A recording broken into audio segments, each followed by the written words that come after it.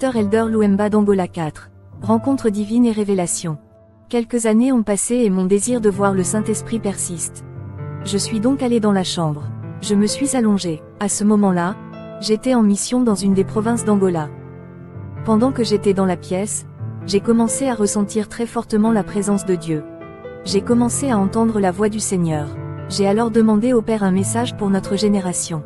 Soudain, j'étais déjà dans l'espace et je voyais le monde dans les quatre coins.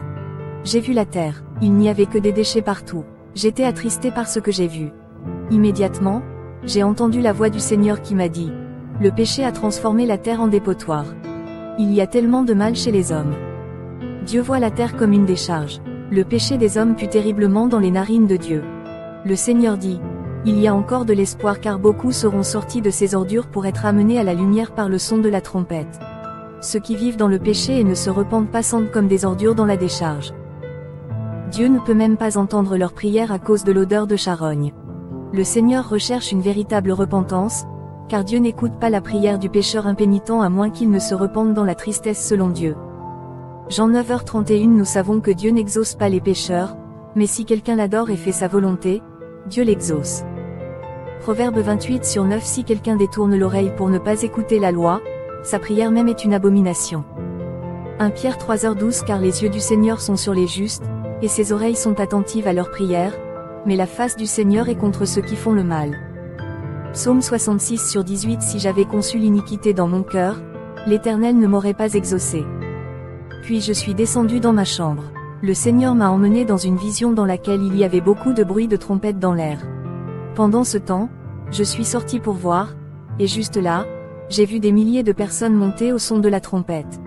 Au fur et à mesure qu'ils montaient, ils se sont transformés en une forte lumière. Et ils sont allés à la rencontre avec Dieu. Quand je regardais de côté, je vis un homme qui posait des pièges sur le sol, afin que beaucoup de gens y soient pris au piège et ne puissent pas monter au ciel à cause de la prison dans laquelle ils étaient tombés. Je veux avertir que personne qui est pris au piège ne s'élèvera. Ces pièges de Satan pour empêcher les gens de s'élever étaient des choses comme le maquillage, les films et les divertissements, même les jeux vidéo et les sites de rencontres.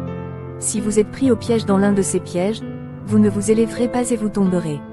Vous n'avez pas beaucoup de temps pour commencer à vous débarrasser de ces pièges et vivre libre pour que Jésus vous emmène au son de la trompette.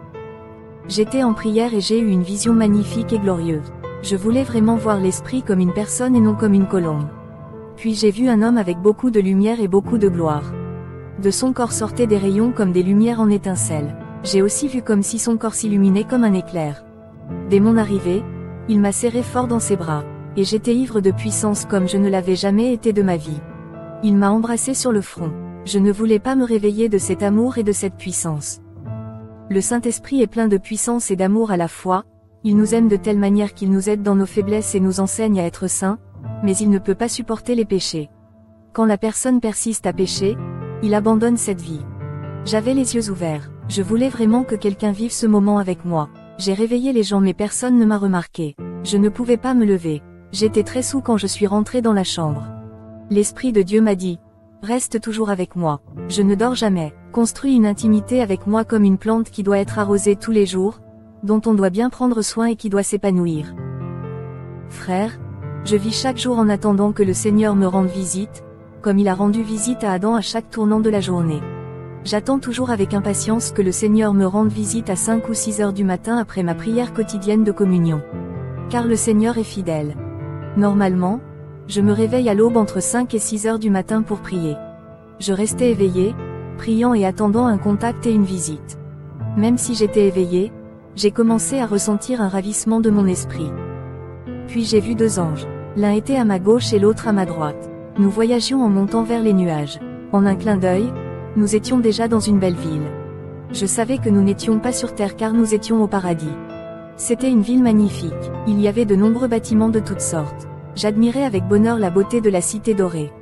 Le Seigneur m'a dit: observe attentivement. Que vois-tu? J'ai répondu: je vois des bâtiments lumineux, beaux et pleins de lumière. Le Seigneur a dit: chaque bâtiment représente un croyant sur la terre. Et la lumière venant du bâtiment représente ma présence dans la vie du croyant sur la terre. Le Seigneur des Seigneurs a changé ma compréhension et ma façon de voir les choses. J'ai vu dans les yeux du Seigneur, quand il voit ses demeures du ciel, Il a vu son peuple sur la terre, qui est représenté par des demeures célestes qui sont belles et illuminées, fortes et admirables. Ainsi, le Seigneur m'a fait comprendre que dans le royaume spirituel, selon sa vision, nous sommes des bâtiments. La mission du Saint-Esprit sur terre est de construire de grands bâtiments avec tous les éléments nécessaires à la construction. Nous sommes les demeures du ciel construites par le Saint-Esprit, remplies de la luminosité qu'est la présence de Dieu. Le Seigneur m'a fait comprendre que les nombreuses demeures resplendissantes du ciel que je voyais dans le royaume des cieux étaient celles des croyants qui laissaient le Saint-Esprit accomplir l'œuvre de construction dans leur vie. Il permettait à l'Esprit de Dieu de les construire. Éphésiens 2 verset 22 Et en lui vous aussi, vous êtes édifiés pour être une habitation de Dieu en esprit. Ensuite, les anges m'ont fait sortir de là et nous sommes allés à un autre endroit. Et à cet endroit, il y avait quelque chose de semblable à de nombreux blocs, qui attendaient encore d'être construits. Ils étaient bien disposés, et j'ai regardé plus loin et j'ai vu un grand espace, libre pour la construction. Le Seigneur m'a dit, ce que tu vois ici, ce sont les futurs projets de construction de la cité céleste, mais les gens ne laissent pas mon Saint-Esprit faire son travail de construction. Ils font les choses à leur façon alors que ce n'est pas le moment. Ils avancent sans l'onction et sans être édifiés spirituellement. Ils finissent par être dévastés. Le Saint-Esprit n'utilisera pas profondément quelqu'un s'il n'a pas encore fait un travail profond de purification et de sanctification en lui. Il doit travailler en toi pour t'utiliser. Il a la tâche de te construire car tu es un projet de construction. Aujourd'hui, les gens se laissent emporter par le faux enseignement qui construit des bâtiments physiques en ne pensant qu'aux choses matérielles du monde. Le Saint-Esprit ne peut pas les construire et les édifier à cause de leur croyance sans l'évangile de la prospérité et de la richesse matérielle, même s'ils sont choisis pour le projet de construction de Dieu. Éphésiens 2h20-21 Vous avez été édifiés sur le fondement des apôtres et des prophètes, Jésus-Christ lui-même étant la pierre angulaire. 21 En lui tout l'édifice, bien coordonné, s'élève pour être un temple saint dans le Seigneur. Dieu a des projets pour vous.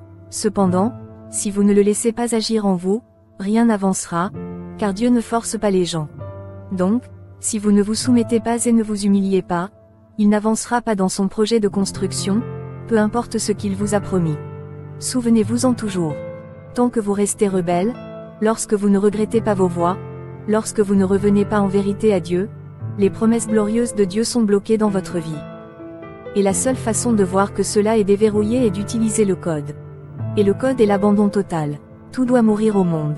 Obéissez à la parole, la sainteté totale, ne péchez pas pour rien. Criez pour le sang, et vivez en veillant à tout moment pour ne pas tomber dans la tentation. Matthieu 7h24-27 C'est pourquoi, quiconque entend ces paroles que je dis et ne les met pas en pratique, sera semblable à un homme prudent qui a bâti sa maison sur le roc. 25 La pluie est tombée, les torrents sont venus, les vents ont soufflé et ont battu cette maison, et elle n'est point tombée, parce qu'elle était fondée sur le roc. 26 Et quiconque entend ces paroles que je dis et ne les met pas en pratique, sera semblable à un homme insensé qui a bâti sa maison sur le sable. 27 La pluie est tombée, les torrents sont venus, les vents ont soufflé et ont battu cette maison, et elle est tombée, et sa ruine a été grande. Le Seigneur dit, tout comme une maison a besoin d'être finie, moi aussi, je dois finir ma maison, c'est-à-dire toi, avec tous les fruits. Un autre jour, le Seigneur est venu me chercher à nouveau. J'ai senti mon âme quitter mon corps, et je flottais vers une maison magnifique. La maison était très belle, le sol ressemblait à du cristal, et les murs étaient verts. Quelle opulence! Le Seigneur m'a dit que cette maison représente la maison où habite le Saint-Esprit. C'est ainsi qu'il voulait que nous soyons. Le Père veut habiter dans son Église. La maison était si belle. Le Seigneur m'a fait comprendre que le vert et le blanc signifient que nous devons apporter la paix et la pureté aux gens. Le vert représente l'espoir. Je fus transporté hors de la maison et je vis une colombe blanche et dorée. Je compris bientôt que c'était le Saint-Esprit. L'Esprit de Dieu désire vraiment entrer dans nos vies et demeurer en nous parce que beaucoup ne ressentent plus et n'expérimentent plus sa présence. C'est parce que la maison n'est ni propre ni rangée. Je me suis réveillé en riant et en chantant au Seigneur parce que j'étais renouvelé par sa miséricorde. En ce sens, tout ce que je demande à Dieu est de m'aider à marcher sur un chemin étroit avec force et vigueur à chaque instant.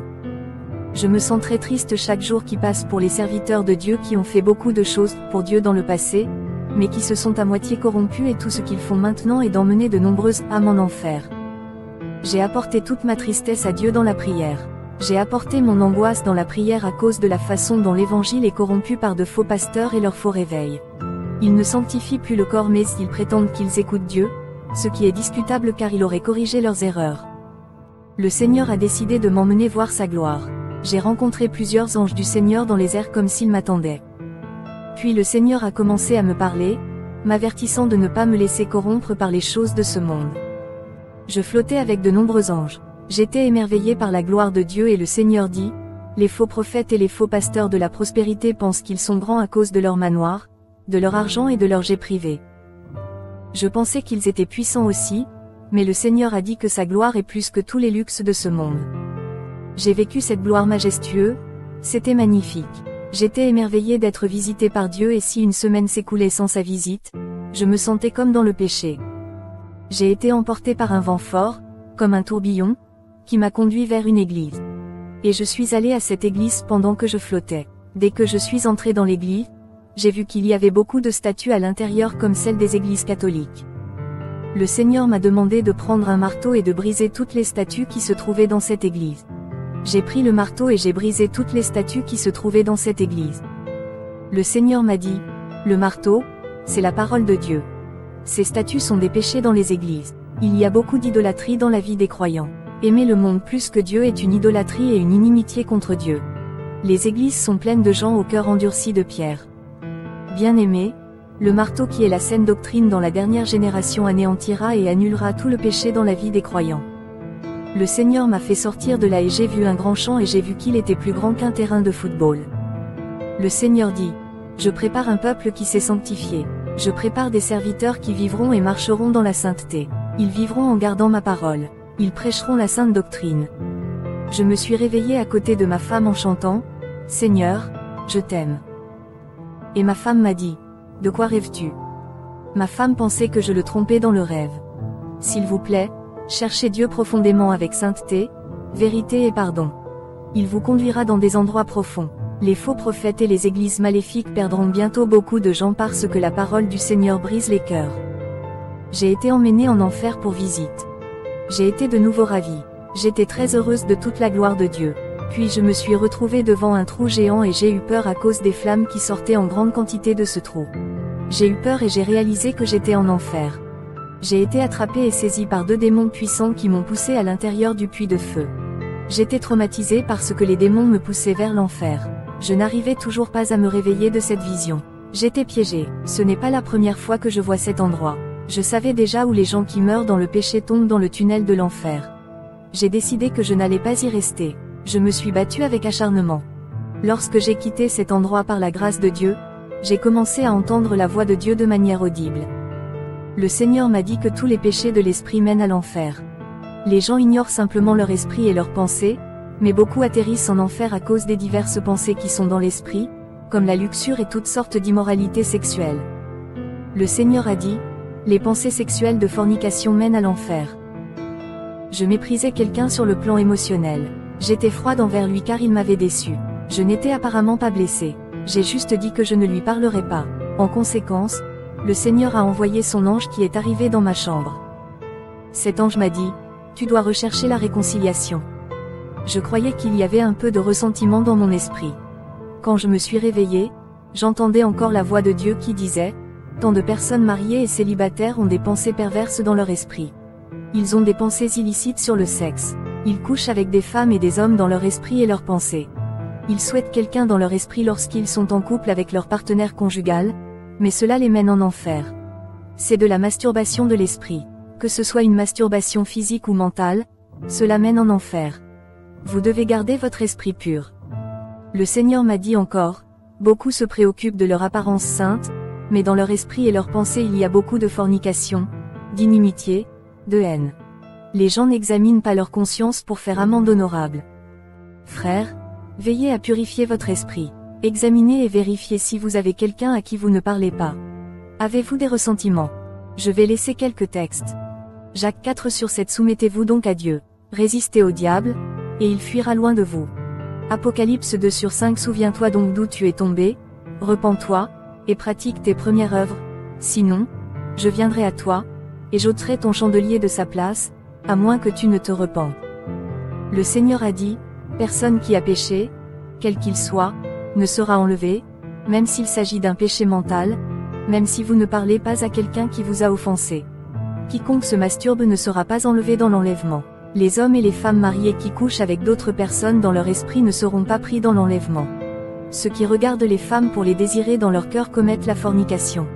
Coucher avec des femmes dans votre esprit vous empêchera de vous élever dans l'enlèvement. Il faut lutter de toutes nos forces. Il faut mourir complètement du monde. Et oublier le monde. Il faut un grand renoncement pour entrer au paradis. Maquillage et vanité. Alors le Seigneur m'a dit, malheur aux femmes qui servent dans mon œuvre, qui ont beaucoup sacrifié pour moi. Malheur aux bergères. Ce jour-là, je vous jugerai sévèrement pour avoir échangé mon œuvre contre des œuvres d'Égypte. Malheur aux femmes qui ne veulent pas m'écouter quand je dis que je suis contre le maquillage, les perruques, les ongles peints et toutes sortes d'ajouts qui ne viennent pas de moi. Je vous ai créé beau, mais vous avez échangé ma beauté contre une beauté artificielle. Vous êtes devenus comme des robots et de simples expériences sataniques. Je vous jugerai pour ne pas avoir accepté la façon dont je vous ai créé, pour avoir reproché mon œuvre de création, en insinuant que je suis un mauvais créateur. Vous avez donc adopté des choses que Satan avait conçues pour offenser mon œuvre de création. Malheur aux bergers qui s'habillent de façon indécente. Malheur à vous qui donnez un mauvais exemple aux néophytes de la foi en les poussant à suivre votre mauvaise habitude addictive de vanité. Oui, mais la plupart d'entre vous n'écoutent pas et ne prennent pas cela au sérieux. Malheur aux chantres qui montent sur mon autel en vêtements sataniques avec toutes sortes de peintures sur leurs ongles et sur leur visage. Je suis contre vous, et je ne vous tolérerai pas dans mon royaume car aucune œuvre satanique n'entre en ma présence. Si tu ne l'enlèves pas, quand tu mourras, tu seras à ma porte en robe blanche, mais tes ongles seront peints. Ton visage sera peint, et avec de faux cheveux. Et alors, je ne pourrai pas te recevoir en ma présence, car ces choses n'entrent pas dans mon lieu saint. Femmes, rappelez-vous que je vous ai créée parfaite et plus belle que les hommes. Mais vous vous reniez vous-même et vous aimez les choses de ce monde. Repens-toi, femme, et regrette-le, dit le Seigneur. Femme de Dieu, ce péché est un péché grave car le Seigneur estime que vous offensez ce qu'il a fait dans la création car tout ce qu'il a fait est bon. Il n'y a rien à ajouter ou à corriger. Regardez la parole. 1 Timothée 4/4 car tout ce que Dieu a créé est bon, et rien ne doit être rejeté, pourvu qu'on le prenne avec action de grâce. 1 Pierre 3/3-4 que votre parure, non celle de dehors, qui consiste dans les cheveux tressés, ou dans les ornements d'or, ou dans les habits qu'on revêt, 4 mais la parure intérieure est cachée dans le cœur, la pureté incorruptible d'un esprit doux et paisible, qui est d'un grand prix devant Dieu. Suivant, Elder Louemba 5 cages spirituelles et couvées de vipères dans les églises d'aujourd'hui.